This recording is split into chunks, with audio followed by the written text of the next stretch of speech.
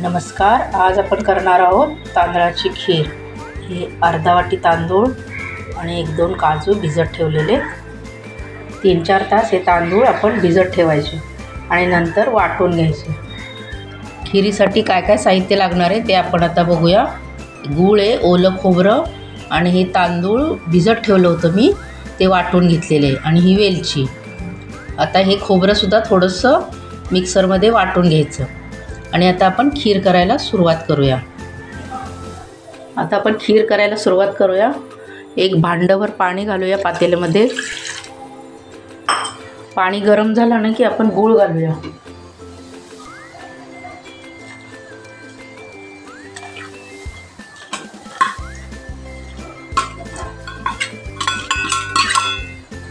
गूळ वितळवण्यापुरतंच पाणी घ्यायचं, जास्त पाणी नाही घ्यायचं.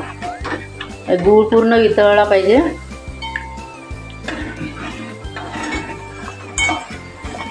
गूळ पूर्ण वितळलेला आहे. गूळ पूर्ण वितळून झाल्यानंतर आपण हे पाणी गाळून घ्यायचं. काय गुळामध्ये कचरा असतो ना, त्यामुळे हे गुळाचं पाणी गाळून घ्यायचं आणि पुन्हा गरम करायला ठेवायचं.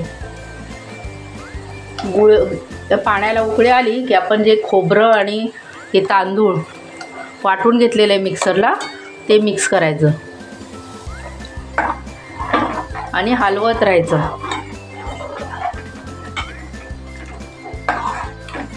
गॅस मीडियम ठेवायचा आणि हे हलवत राहायचं. याच्यामध्ये गुठळी होऊन द्यायची नाही. कलर कसा मस्त आलेला आहे. आता हे हळूहळू ना मिश्रण शिजत आलं ना की घट्ट होत जातं. हे तांदूळ आपलं शिजत आलं, हे बघा घट्ट झालेलं आहे. गॅस कमी करायचा.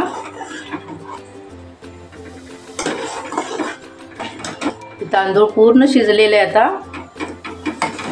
हे मिश्रण पूर्ण घट्ट झाल्यानंतर आपण दूध घालायचं.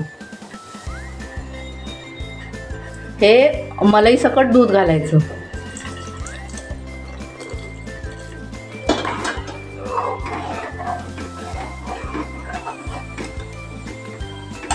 पुन्हा हे सगळं मिश्रण हलवून घ्यायचं आपण दुधामध्ये. हे दुधामध्ये पूर्ण मिश्रण मिक्स करायचं आणि हलवून घ्यायचं. तांदूळ पुन्हा दुधात शिजले पाहिजे. हे बघा आता हे दूध पूर्ण मिक्स झालेलं आहे. हे बघा घट्ट झालेली आहे आपली खीर. आता एवढी खीर ठीक आहे. घट्ट जास्त घट्ट ठेवायची नाही, तर काय होतं थंड झाल्यानंतर पुन्हा ती घट्ट होते. खीर करताना तुम्ही कोणताही तांदूळ घ्या, पण वासाचा सुगंधी तांदूळ घेतला ना तर खीर चांगली होती, टेस्ट बनते, टेस्टी बनते खीर. आंबेमोहर किंवा इंद्रायणी तांदूळ घेतला तर त्याची खीर चांगली होते. हे बघा आता आपली खीर पूर्ण शिजलेली आहे. आता तुम्ही याच्यामध्ये ड्रायफ्रूट घालू शकता. आता आपण वेलची घालूया.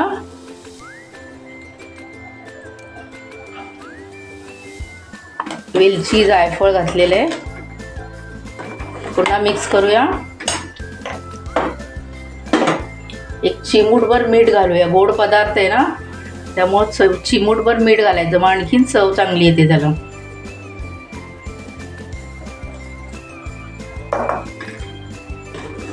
तुम्हाला जर पातळ हवी आवडत असेल तर तुम्ही आणखी दूध यात मिक्स करू शकता.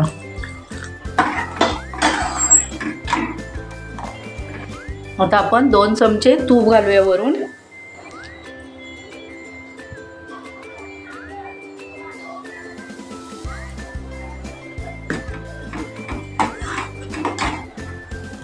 हे बघा आपली खीर आता तयार आहे. किती झटपट होते खीर. तुम्ही साखर घालून पण खीर करू शकता.